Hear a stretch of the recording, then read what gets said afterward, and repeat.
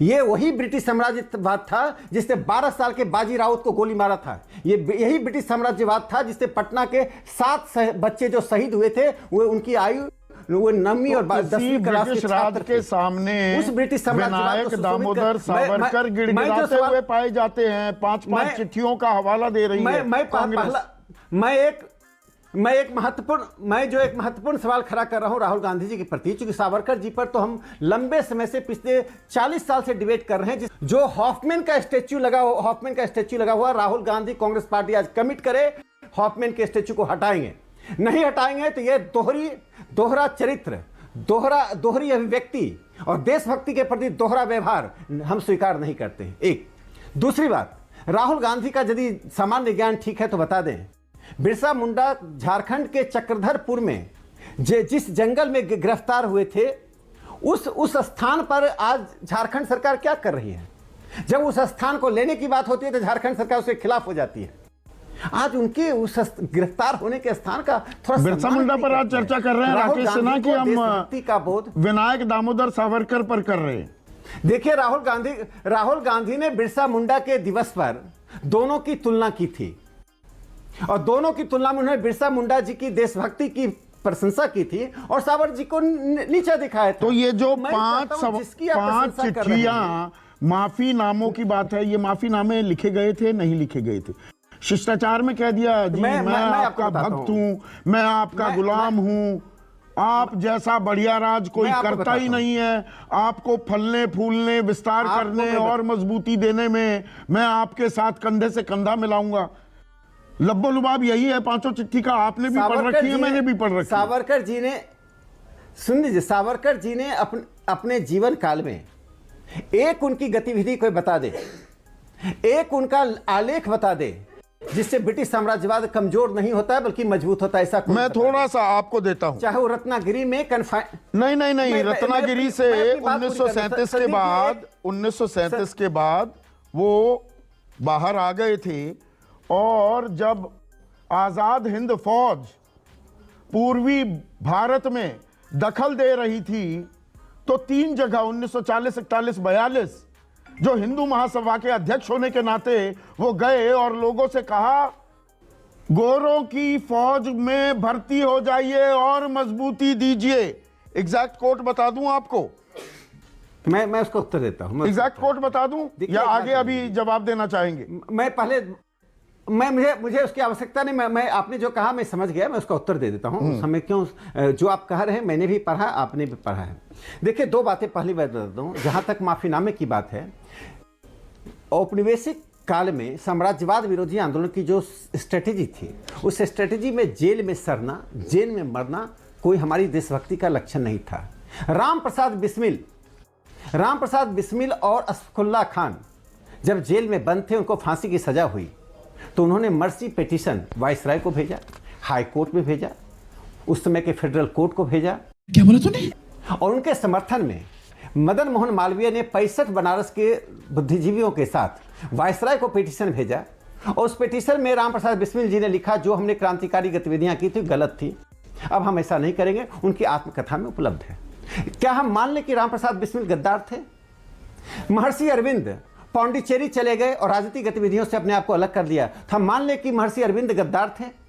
British साम्राज्यवाद से लड़ने की स्ट्रेटेजी, ब्रिटिश साम्राज्यवाद लेजिटिमेट नहीं था और जो लोग इलेजिटिमेट होते हैं उनके साथ लेजिटिमेट तरह से लड़ाई नहीं लड़ी जाती है। हम मतलब शिवाजी वाला हम हर तरह की गुरिल्ला की लड़ाई काम कर रहे थे। वैचारिक गुरिल्ला हो कि गतिविधियों, इसीलिए मैंने कोट नहीं किया था। 1941 आप ही के बिहार के भागलपुर में अधिवेशन हो रहा था हिंदू महासभा का। गलत जानकारी दे रहा हूं तो बीच में टोकिएगा। वहां सावरकर ने, भागलपुर अधिवेशन था, वहां क्या कहा? It must be noted that Japan's entry into the war has exposed us directly and immediately to the attack by Britain's enemies.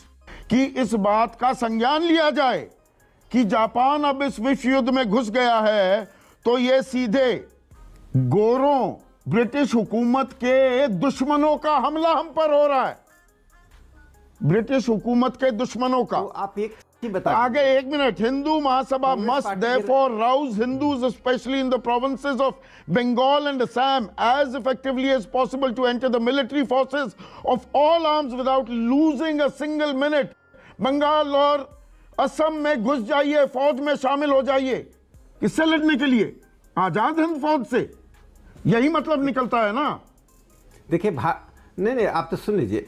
हाँ। एक बात मैं स्पष्ट कर दूं कि राष्ट्रीय स्वयंसेवक संघ और हिंदू महासभा की रणनीति में द्वितीय विश्व युद्ध के दौरान अंतर था। हिंदू महासभा की एक स्ट्रेटेजी थी कि ब्रिटिश आर्म्स में और सेंसिटिव जगहों में घुसकर और घुसने के बाद एक रणनीति के तहत ब्रिटिश साम्राज्यवाद से लड़ा जाए। राष्ट्रीय स्वयंसेवक संघ ने अपने को उस रणनीति से अलग कर लिया और राष्ट्रीय स्वयंसेवक संघ ने कहा कि द्वितीय विश्व युद्ध के दौरान हम आईएनए के साथ काम करेंगे। लेकिन कांग्रेस पार्टी और वामपंथी पार्टियों ने भी जापान और जर्मनी को मिलिट्रिज्म और फासिज्म के नाम पर आईएनए के विरोध में खड़े रहे। अब बताइए, कांग्रेस पार्टी ने 1939-41 में आईएनए के साथ क्या किया?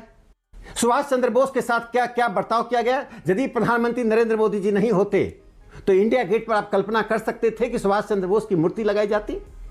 जो हम वीर सावरकर जी को एक देशभक्त मानते हैं और प्रधानमंत्री नरेंद्र मोदी जी ने सुभाष चंद्र बोस की मूर्ति सुभाष चंद्र बोस 1965 में राज्यसभा में बतौर क्वेश्चन दुश्मनों के 1965 दुश्मन के तौर पर आए।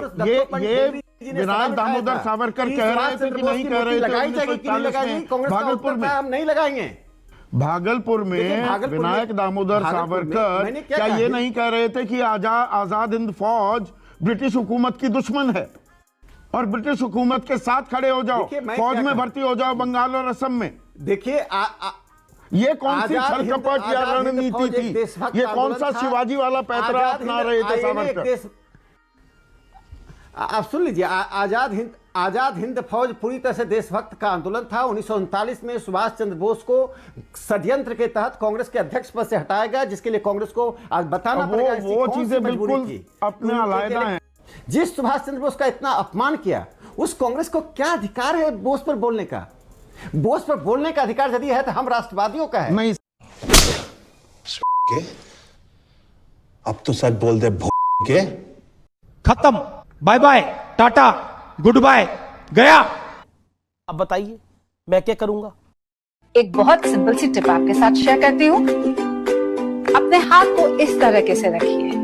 If you look at this from your side, आपका लेफ्ट हैंड आपको बी के जैसे दिखेगा और राइट हैंड आपको डी के जैसे दिखेगा। B and D. B for थोड़ी मदद रखिए।